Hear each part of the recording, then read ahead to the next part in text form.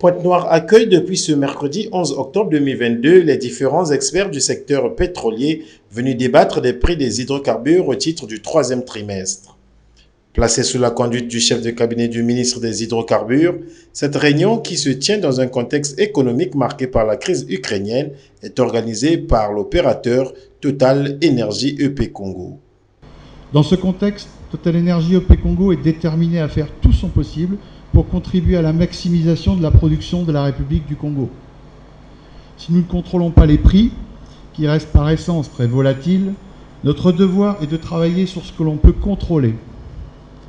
Tout d'abord, assurer une sécurité maximum sur les lieux de travail pour nos collaborateurs et nos sous-traitants, que ce soit en mer ou à terre. Ensuite, optimiser la disponibilité et l'efficacité de nos installations pour maximiser la production actuelle. Et bien sûr, sanctionner de nouveaux projets créateurs de valeur.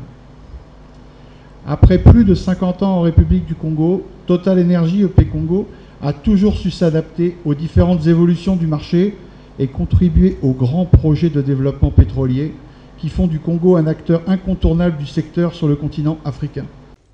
Les participants à cette troisième rencontre annuelle, qui se tient quelques mois après les assises de Vienne en Autriche, qui exigeaient la réduction de la production de quelques 2 millions de barils jour, ont été informés de cette disposition. À l'instar de toutes les mesures prises jusqu'alors en termes de limitation de production, le retrait supplémentaire de 2 millions de barils jour de brut par l'OPEP+, à compter de novembre 2022, fait partie des mesures prises pour continuer à soutenir la stabilité du marché.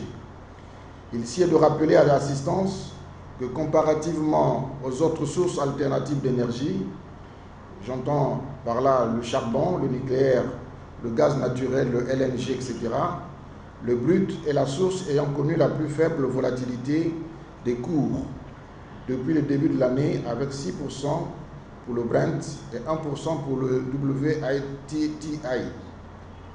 L'OPEP+, et l'ensemble des parties œuvrant directement ou indirectement à la stabilisation des marchés pétroliers peuvent s'en féliciter dans le contexte actuel d'hyperinflation. Les experts présents à ce troisième rendez-vous de fixation des prix des hydrocarbures ont vivement été encouragés à prendre part à la 5e conférence internationale des expositions des hydrocarbures qui se tiendra le 30 novembre 2022 à Brazzaville.